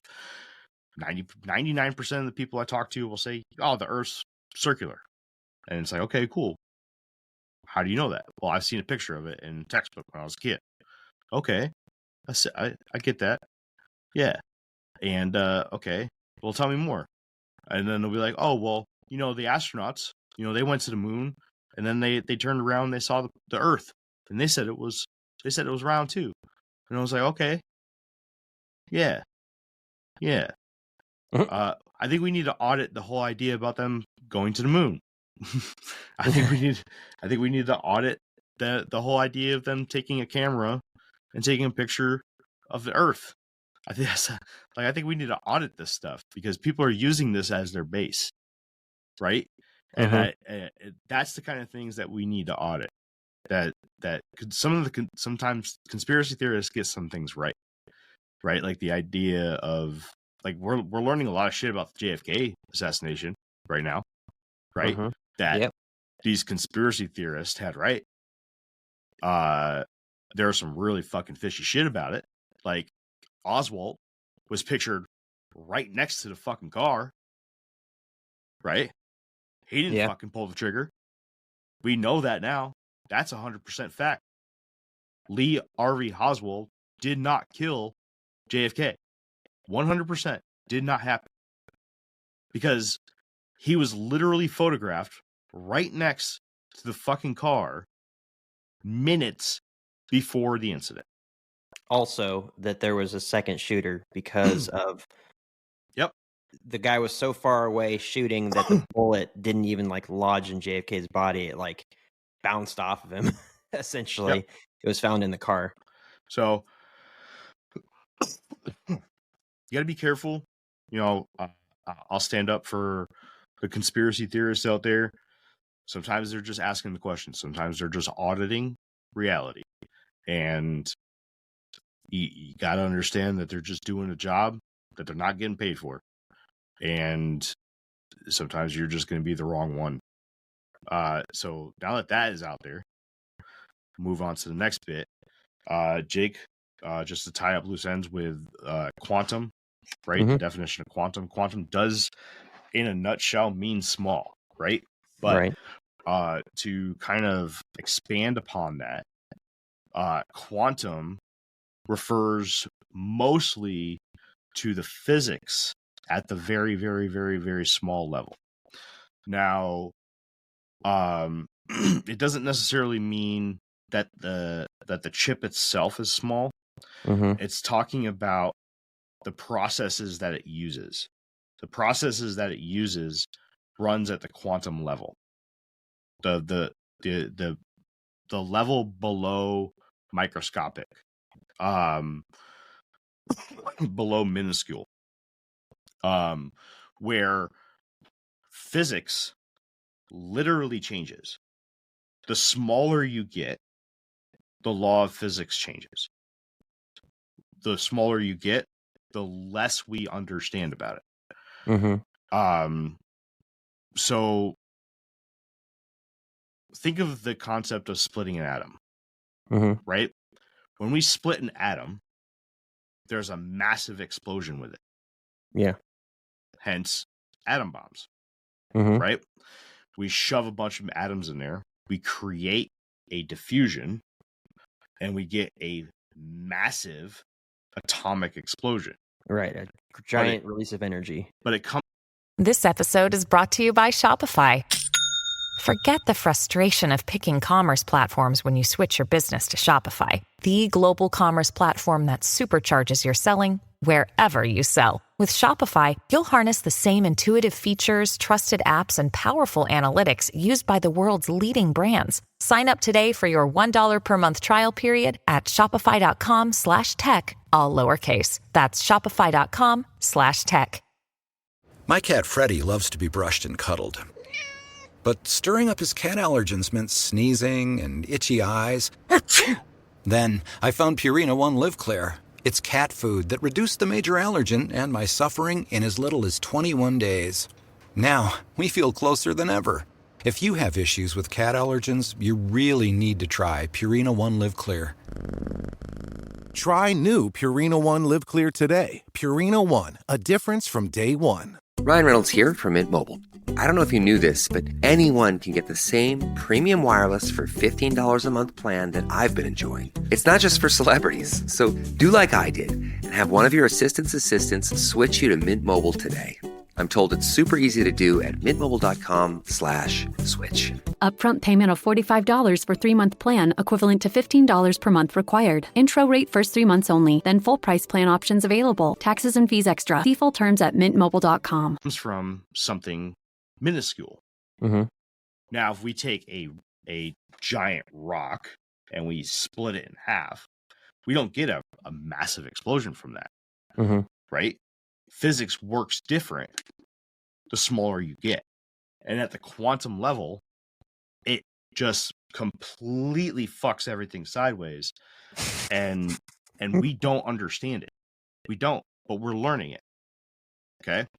Now, I'll tell you, I'm not going to get into it too deep because I'm saving this for content for my new show, Decoding Reality, coming July 1st, 2025. There was almost a technology created where they were almost able to take the concept of information sharing to the next level, and instead of just sharing video, pictures, smell-o-vision, type letters, no, they were almost on the verge of being able to send physical objects to other portions of the planet. And what happened? Instantaneously. They've already teleported particles. They did. But they can't do anything bigger than that. What happened was, when they did it, they put a tracking system with it. They use entangled particles to track. Now, entangled particles is something that we discovered at the quantum level. Entangled particles are particles that were created together, and when you apply some sort of pressure or some sort of action onto an entangled particle, the other particle reacts. It doesn't matter what the distance is. It could be literally from the other side of the universe. It could be from the other side of the planet. If I take this entangled particle and I move it, the other particle will react. If I give this particle information, the other particle will then expel that information. We can manipulate these entangled particles in certain ways, and we're discovering a lot of different ways that we can manipulate So you get these like entangled quantum particles. communication. This is how we're going to communicate to off-planet bases that are 10 light years away without waiting 10 light years for a response. Exactly, and that's a lot of that's the way that we're moving right now. So they figured out a way that they can do quantum entanglement tracking systems. So they take entangled particles and they attach it to a physical object, something small first, right? Something like a needle or a twig or whatever. And they put it into the system and they tried to ship it across the planet. The entangled particles said that the object was where they sent it, but it wasn't. It said it was, but it wasn't. It just disappeared. It's gone. Their best theory is that because they sent the particle or the object, anything bigger than a particle, because they sent it, they believe that when they sent it, it created a new universe, and that it appeared in a new universe. And now we're going full circle back to the multi-world theory that we discussed earlier. So they believe Go ahead. They believe that the actual physical movement of physical objects, anything bigger than a particle, may be physically impossible to do without creating a multiple without creating another world. So if we tried to beam Scotty up to whatever, up to Star Wars land, I'm gonna get so much hate for that. We would beam him up to a new universe or a new world completely outside of this world, and he would no longer exist in it.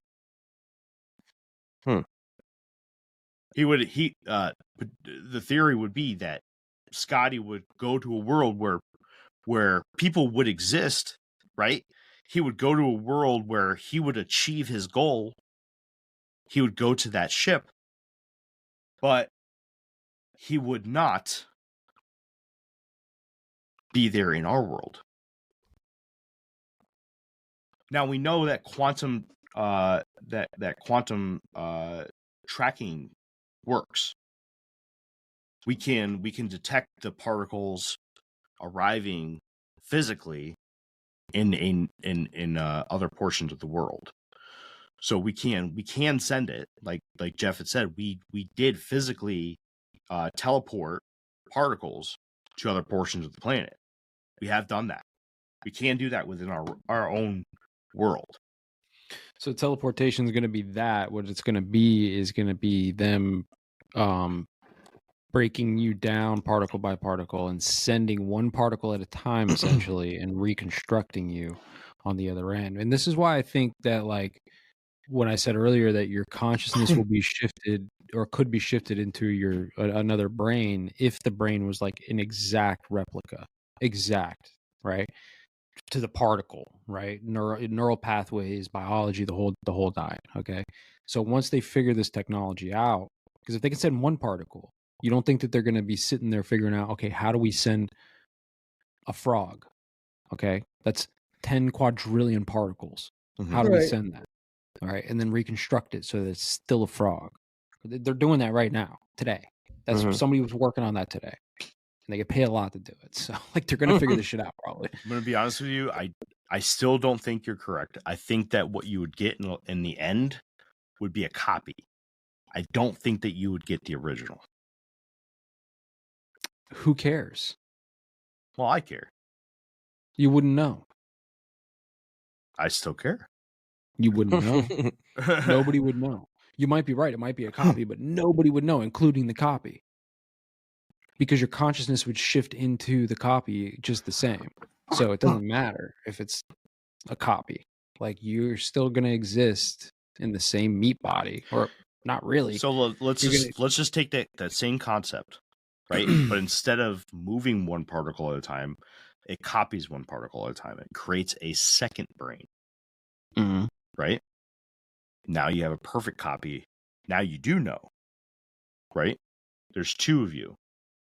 You're looking I at don't think yourself. that your consciousness would move like that. No, I don't think so either. Because your consciousness is an energy and not a physical particle. So Correct. so you would end up with a person that somehow doesn't have a consciousness. It's a wave maybe function. runs off basic instinct. It's a wave function of possibilities that it's what we call a paradox. It's a wave function of possibilities. That's what your consciousness is, just like everything else. And if there's a receiver specifically built to hold that wavelength into your meat body as a consciousness, if you have another one, it's the same, right? And again, like now, if you're talking about just copying it without destroying this one, just like creating, well, you can't really do that because you know we've already talked about the law of energy conservation. Like you can't just create new fucking matter and energy out of nothingness. So you have to replace it, right? You'd have to like get rid of something and create the new. Mm-hmm. So I'm just saying, like, I'm pretty sure if you create the exact same brain at the same time that you're deteriorating the other one, your consciousness will just shift into the other receiver seamlessly. Probably have no fucking idea that anything even happened. There's nowhere else for the consciousness to go except for Valhalla. And that's probably a little bit harder of a transition than another receiver that's exactly like the one that it's already in. I don't know, man. I don't know. I don't know either. The overall, I think that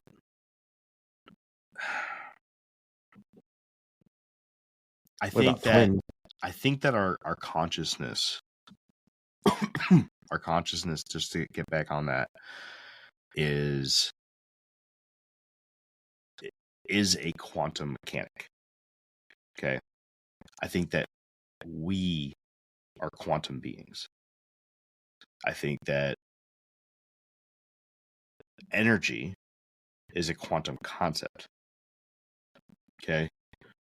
Now, I'm going to stop there. I'm not going to expand past that because now we're going to get into things that, you know, will potentially make people uncomfortable, and I don't want to do that. Leave us on a cliffhanger. No, we're going to start getting into belief systems and stuff, and I don't want to do that. But don't call me a pussy. I'm being thoughtful, okay? But my personal beliefs, okay, is that that consciousness is an energy. Energy is part of the quantum realm. When we die, our energy is released, our consciousness is released. Where it goes from there, I don't know. Okay? Yeah. Now, some people will say that's heaven. Okay? I'm not going to say you're wrong. Now, we may disagree with the way we get there. Right? Mm-hmm. We may disagree on what we call it. But overall, what it is and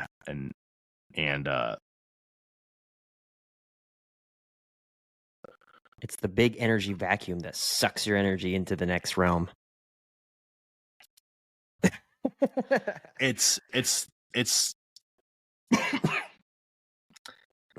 I mean, the alternative is that you just, your energy is just floating out in the ether until some quantum computer sucks it out of the air and uses it to create a math problem, and then you cease to exist.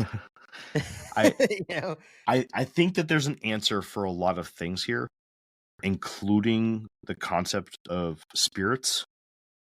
Although that's a little iffy. As long as you don't get into the place where you're going to start seeing floating specks of dust and saying that they're spirit orbs. No. Just don't get into that. Don't worry, that man. Crap Humans are infinite beings. We don't die. We're immortal. We're just in a simulation experiencing mortality right now. And when this meat body dies, you'll wake up in your immortal body and you'll live forever. Some people call that heaven. Well, you'll live forever. The only problem is where. Now, right. I used to be a big component of the simulation theory, but I am no longer. I don't necessarily believe in the simulation theory. I think that the simulation theory is just a way that people can explain it, and we don't have the terminology or the proper way to explain what the next step is. And I think that, people explain it by using words like heaven. I don't have a word for it. I don't know what it is. The next place. Yeah, pick one, man. I mean, for me personally, I'm kind of in the same boat. I definitely believe a lot of these things are real, right? Like I believe in like the spiritual warfare thing that's happening, and like the afterlife and consciousness and all. But to me, there's just like a barrier. Part of it has to do with knowing that all of the cultures through history kind of had the same idea, for a lot of ideas, right? And again, kind of like what you said, they all thought there's something that's after. How we get there and that kind of thing is different. What they called it was different. Who they called it was different. But there's definitely something there. Actually, it wasn't so widely spread to have a atheistic idea of everything until we created the atomic bomb. And that's when people kind of decided that we have so much science that, God's dead, we are God, blah, blah, blah, all this sort of stuff, or there is no God. Until that point happened is literally like it can be measured on like church attendance and just religious whatever, attendance worldwide. Like it didn't decline until the atomic bomb was created. It's actually pretty interesting. There is something to like higher purpose and higher being and that kind of thing, and it's like a comfort, right? Like faith is comfort. Thanks, in kid. a way. Dang, Kenzer was on that quick. Yes, she was. Yeah, right. We got kid. There is something like liberating about like faith in something higher than you, right? Sure. Which is what's super powerful about any religion or group or anything like that.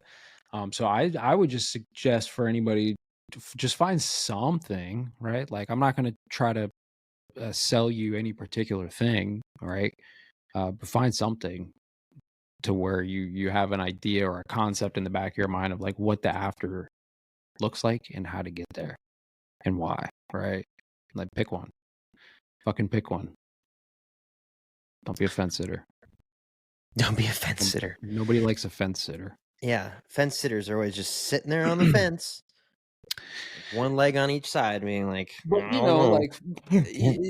for some people, like I don't know, like atheism is just depressing as fuck, man. Like to have an idea that like all of this just shuts out and it goes away is like super depressing, and it's not good. It's not good for society.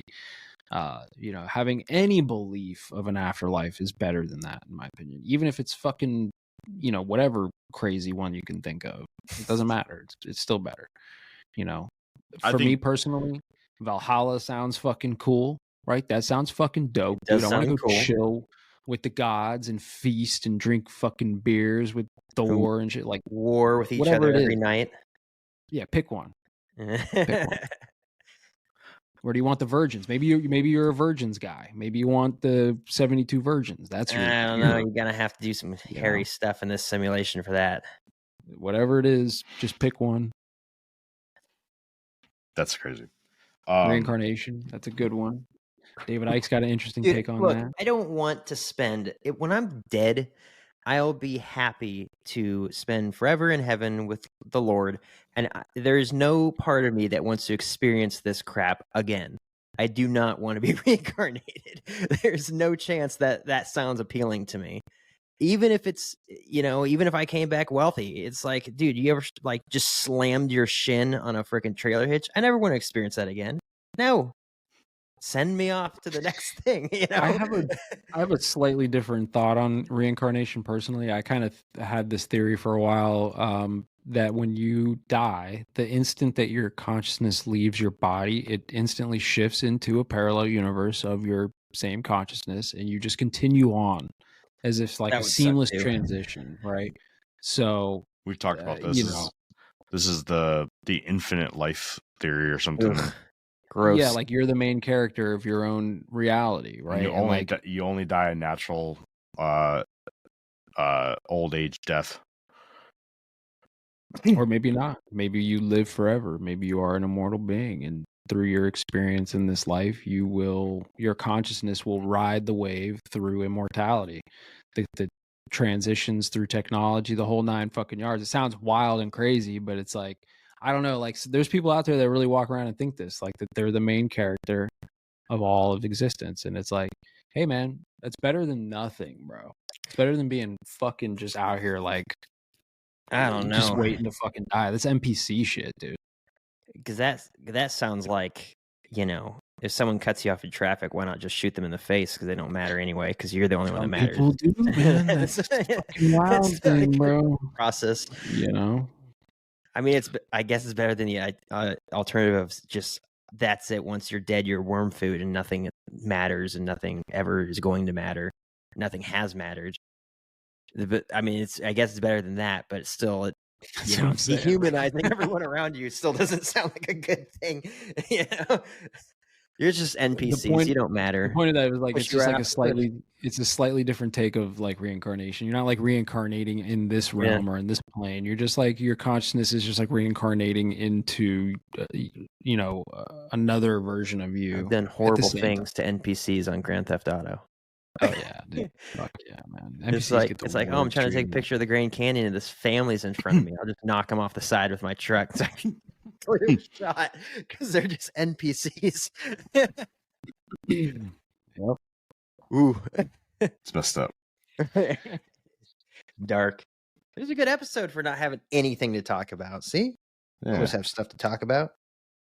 This is how they're going to be from now on. Just That's right. talking about random stupid stuff.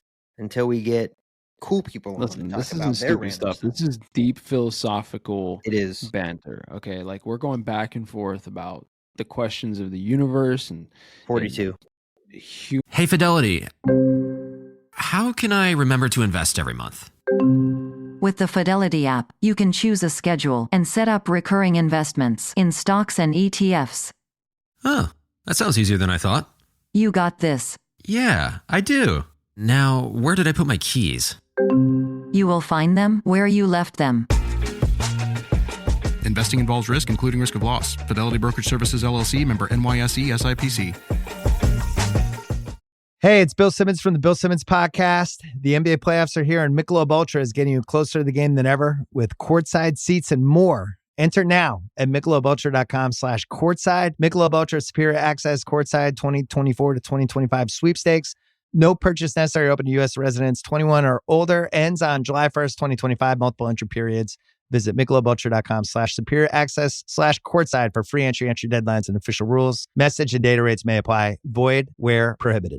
Spring is here, and you can now get almost anything you need for your sunny days delivered with Uber Eats. What do we mean by almost? Well, you can't get a well-groomed lawn delivered, but you can get a chicken parmesan delivered. A cabana? That's a no. But a banana? That's a yes. A nice tan? Sorry, nope. But a box fan? Happily, yes.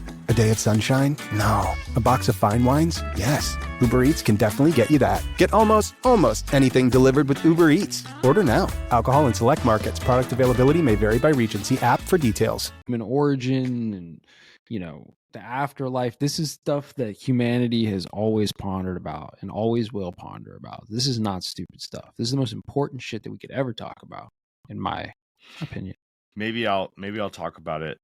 You know, my theories on the next episode. I'll talk to Jake and Jeff about it first, just to give them a briefing on it before I bring it to everybody's attention. Heck no, man. Throw it out there. Yeah. I don't know, man. I feel like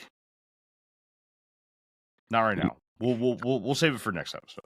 Well, yeah, Holy but I mean, shit. like on the episode, just throw it Not out there. that serious, bro. Yeah, It is, man, because I the last thing I want to do is I'm piss just off gonna say, anybody. that's it, I'm out. Flip my computer, throw your Mothman through the window. Not my Mothman. Yeah, I'm doing the Mothman. Well, maybe I'll wait until the Mothman's here. The missing leg. You're gonna tell me some like life-shattering information. I mean, it's deep philosophical thinking, man. It's pondering the afterlife. Like this is stuff that Look, I will let you borrow. I'll let you borrow the Sam Squanch. The thinking man, Sam Squanch. You can look at this while you're pondering the. Do you know how long he's been in my Amazon cart? How long? Or my Amazon wish list? Probably fucking 8 years. This is you. He's been in my Amazon. Actually, it's been way longer than 8 years. He's been in my Amazon wish list since before I joined the Navy. Well, I'll put this behind you on your shelf. I'll sneak into your house and I'll set it down there, and then you'll be like, someone to ponder life's mysteries with. Kind of looks like you. I appreciate it, Skeeter, but I'm gonna be honest with you. I want a nice like cement one. Is that like a plaster one? Like a nice, yeah. Yeah. Did you get that off Amazon? Oh, probably. It's made in China. So it's high quality. Yes. I mean, it feels like it. Crack it open, dude. It's probably got fentanyl inside of it. Don't do that. I love that thing. We're gonna see if we're gonna get the fentanyl goodies out of the pinata. The goodies. Sniff all the dust. But yeah. We'll I guess we'll continue this next time. But Okay. yeah, no, it was a good conversation. Hopefully I can get rid of this cough. Still fighting that chest issue from months ago. I've had a continuous Oops. I've had a continuous cock for like 3 What's months. that? You had a lot of cock, you The said? continuous cock. It just continues. Come on, man, don't do that to me. Oops. Please. What do they call it? A Freudian slip. Oh yeah. Got all this cock over here. Oh, the only thing that's slipping. I just had to mute my mic so I could have a Just coughing happened fit. over there.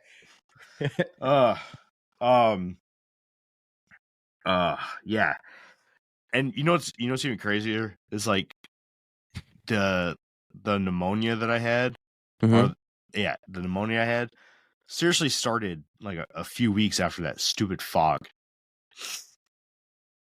Someone brought that to my attention. Yeah. Listen, man, we can get into that, but that'll take a whole nother hour, bro. I guess Okay. we'll talk about it next week when I'm still hacking up a lung. Remember what I said in my rant earlier, that Florida just passed that shit Yeah. about no more weather modification and chemtrails in Florida, okay? Yeah, because somebody was like, "Fuck, man, I can't get rid of this stupid cough because that stupid fog came through the entire fucking world, and now nobody can breathe." I think that this will be my final thoughts, just because you brought this up and it's something I've been thinking about the last few Did days. you see is that people had that shit tested? the fogs, Yeah. residue? No, I didn't see that. We'll talk about that But I next believe week. it. Send that to me.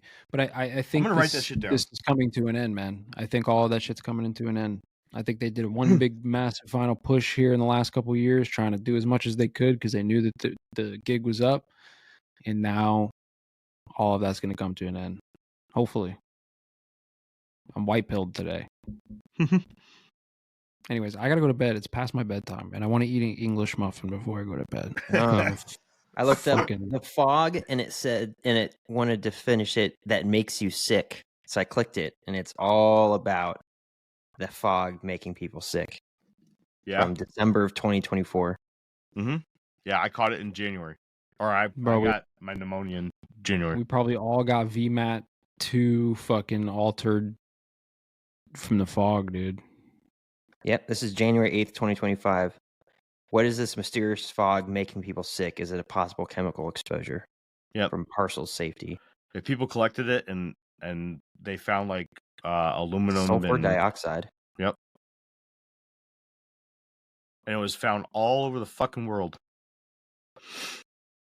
It was here, really heavily here, Jake. Yep. I'm telling you, bro, they hit us with the Affected giant. states like Texas, Wisconsin, and Virginia, but it went from Florida all the way through Florida to Minnesota.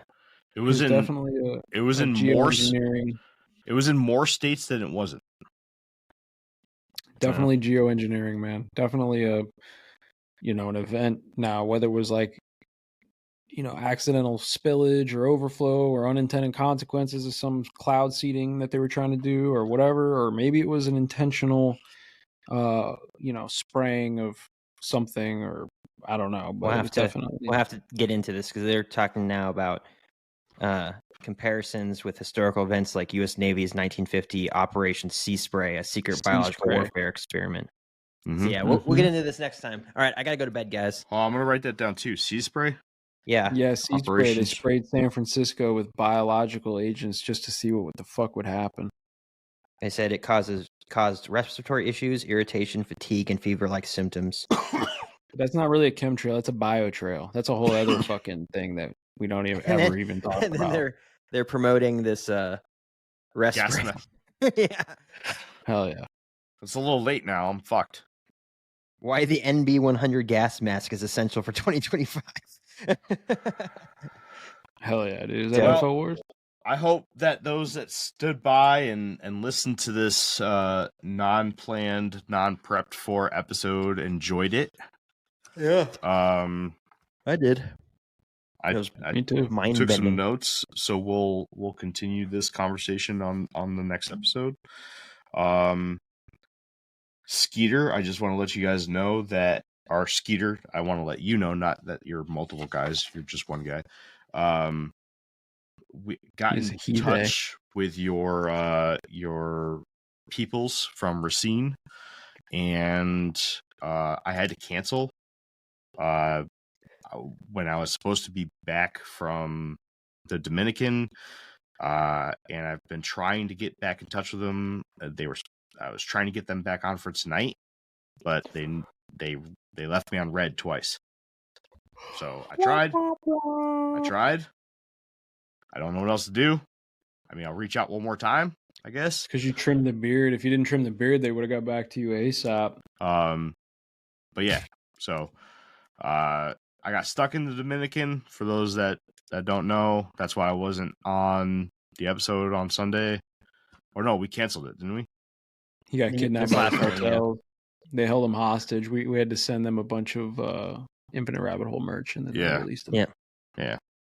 They're like, sign this. So what happens when you go off the resort? They take you hostage, and we have to send them merch. They're like, sign this. Gringo! And they gave me a tattoo gun. And I was like, what am I supposed to do with this? And he showed me his butthole. And I was like, all right. I guess. Gotta do it. Gotta do it. Infinite Rabbit Hole tattoo on the butthole. The age-old thing of the tattoo on the butthole scheme. I remember my first tattoo on the butthole.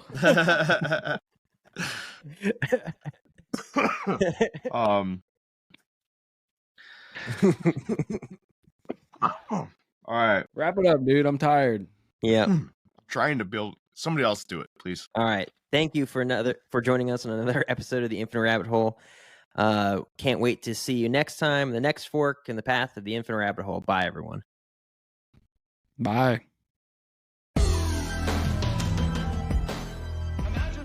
Hey, everybody. Thanks for checking out the Infinite Rabbit Hole podcast. If you're looking for more of our stuff, head on over to infiniterabbithole.com, where you can find links to all the podcast players that we are available on, and even our video platforms such as TikTok and YouTube. While you're there, make sure to check out all the links for our socials and hit that follow so you know when all the new stuff from our podcast comes out. And until next time, travelers, we'll see you right here in the next fork in the path of the Infinite Rabbit Hole. Goodbye.